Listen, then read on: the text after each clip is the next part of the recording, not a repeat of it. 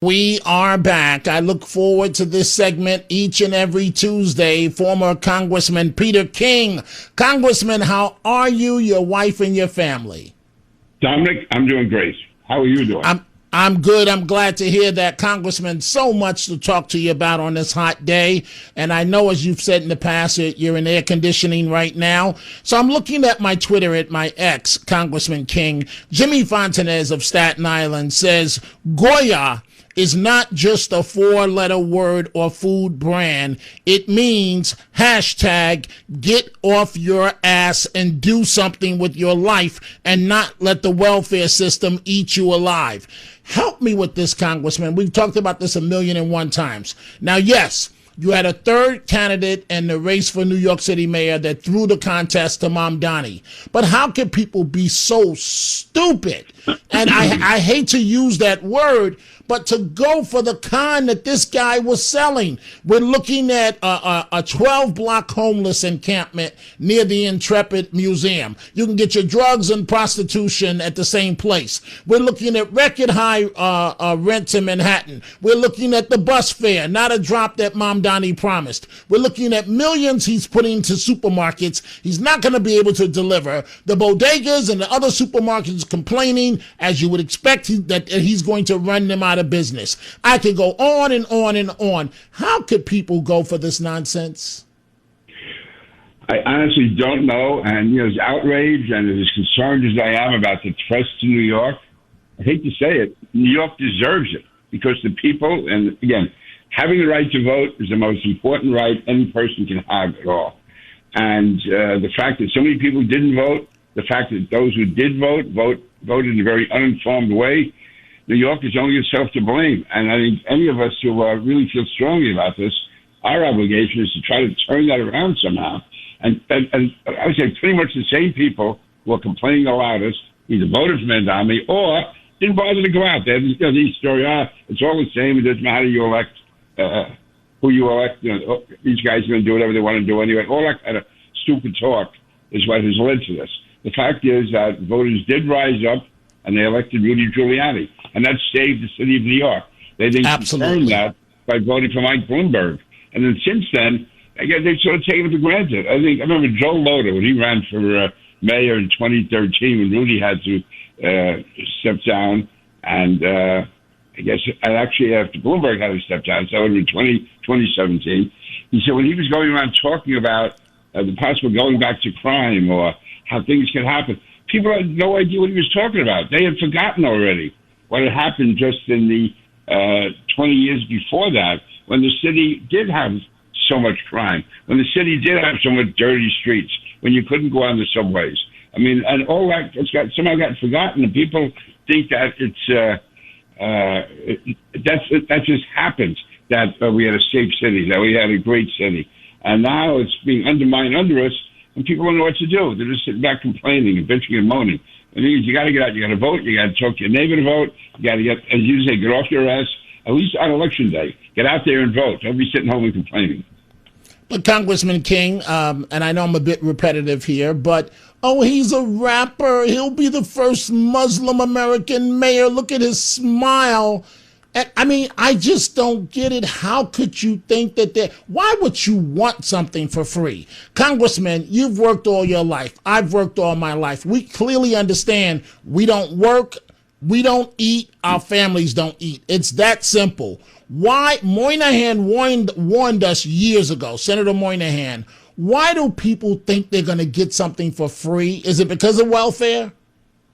I think that whole mentality sort of is in there. It's a welfare mentality. You think, first of all, you're entitled to it. Also, this feeling that everybody else is making out well, but you're not because somehow you're being isolated, you're being marginalized. That's baloney. There's no country in the world where more people, no matter how poor you start out, no matter what poor background your family comes from, you can make it. You're not all going to become multimillionaires. You're going to make a decent living, at least a living better than what 90% of the rest of the world is enjoying or not enjoying. So, and also, Senator Moynihan also spoke about defining deviancy down, where we just lower our standards, we accept a lower level, we figure it's okay, somehow excusing things that should be criticized having standards just disappear. All that has an impact. And even that's why, to me, like spitting on the sidewalk, spitting on people's windshields. Okay, does anyone really get hurt by that? No, not individually, but collectively, it adds to a degradation of society. And one thing leads to another, and that's what we're going through right now. And when Donnie, with that smile, he's smiling, everything is great. I don't blame him. He should be laughing because he's gotten the best of everyone right now, and so far he's getting away with it. And we have an obligation to speak out. And when we do attack him, do it intelligently. We can't just be saying the election was stolen or this happened. The fact is that if enough people had done the right thing, he would have lost the election. But too many people stayed home and complained. As you say, we had another candidate who stayed in, running what in effect was a third-party candidacy, and that did make it a difference. That was a marginal difference, but still, with all of that, it never should have been close. This should have been a 70-30 rejection of Mamdani. Absolutely, but it was. I hate Cuomo. Oh, anybody but Cuomo. Oh, Cuomo's the worst. He's the worst. How could you say anything about him, Dominic Cuomo? No. Anyway, Congressman King, and in just 1 year, New York has lost $11 billion in taxable income. And these people sitting on their backsides wanting free stuff, they don't know what that means. They don't know that means the money, the moolah, is about to dry up. And who do you think is going to be hit first? You, the people that are sitting home thinking you're going to get something for nothing. It doesn't exist. Talk to me, Congressman King, about over the weekend. I couldn't believe when I woke up Sunday morning and Senator Lindsey Graham was no more. He was no longer with us. Being honest with you, Congressman, I'm not a conspiracy guy. I was like, there's no way that this was natural. Something is going on here. I now understand President Trump talking a short time ago saying it's hereditary from his father. He doesn't believe any foul play is involved and that the FBI is wasting its time. That's from the President of the United States. You say what, Congressman King? They say the president may end up being right, but the fact is that we know, and I've heard this from people in the intelligence community, that Russia has branched out and reached out and considers making deadly attacks on Americans. This goes different. They have not done this in the past. They are so desperate of what's happening in Ukraine. And so, to me, we have an obligation to do a full autopsy to see exactly what did happen. Listen, hopefully it'll show that Lindsey was a great guy, by the way. I was proud to call him a friend, that he died entirely of natural causes. But we cannot rule the other out because we are dealing. I mean, I really disagree with the president says that this is a waste of time, whatever. First of all, Putin is one of the most evil people in the history of the world. He would do anything. So I don't know what makes it so certain that he wouldn't go after Lindsey Graham. Now, he may not have. And again, Lindsey may have died just through natural causes, but we owe it to him and we owe it to ourselves. And we also owe it to our realization of the world we live in to find out whether or not Russia was in any way involved in this, or for that matter, Iran. I mean, so this is a dangerous world we live in. And there's so many other conspiracy theories out there that are waste of time. This is a legitimate angle that should be looked at. I've spoken to several people about it. If you notice, people like Senator Cornyn, who's a very moderate type guy, but he has access to intelligence, he said the other day that there should be an autopsy. Wall Street Journal, in their editorial, again, they're the last ones to get involved in conspiracy theories. Almost buried in the middle of the editorial was a call to make sure that there's a full and complete autopsy here, to make sure there was no deadly action taken by Russia or by anyone. So, no, to me, this is something we have to do. And, again, I'm just saying that Lindsey was just it was a privilege to work with him. He was a true patriot.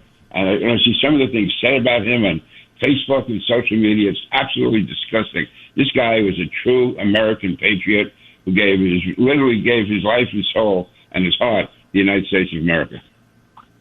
Well, it's very interesting to listen to what you're saying, Congressman King. So, maybe I'm not that nutty after all. Because you may be nutty, Dominic. Don't put words in my mouth now. I mean, But, when I woke up, my first thoughts were, I'm like, now, Dominic, you're not a conspiracy guy, but something is rotten in Denmark here. He goes to Ukraine. So when you traveled, Congressman, right, Did the U.S. military cook your food when you were with these delegations? Who handled your food? Or did you just eat whatever the local community was having? Basically, eat whatever the local community gives you. And one night we were in Lithuania, and Rosemary got terrible food poisoning. Now, there was no plot there. That was nothing. This is, I guess, a general oversight of supervision. Also, a doctor, a military doctor does travel with you. But as far as inspecting all the food, no. That's done for the president of the White House. But other than that, even at the Capitol, there's nobody examining the food that I was aware of. So while you're out of the country in one of these congressional delegations, no one is supervising your food. I mean, wouldn't it be very easy for a spy to slip something into someone's food? Yes, and I think that was something we had really not been thinking of at that time. They did do things like tell us not to bring our cell phones in, because even if the cell phone is turned off, whatever, it can still be penetrated. It can still be have information stolen off it. So that there's security on. There's obviously physical security. But as far as checking out the food, now they do check out the restaurants we're going to in advance, that type thing. But not, as far as I know, they're not hanging out in the kitchen and talking to the chef or doing the type of inspection that you would get, for instance, at a White House dinner.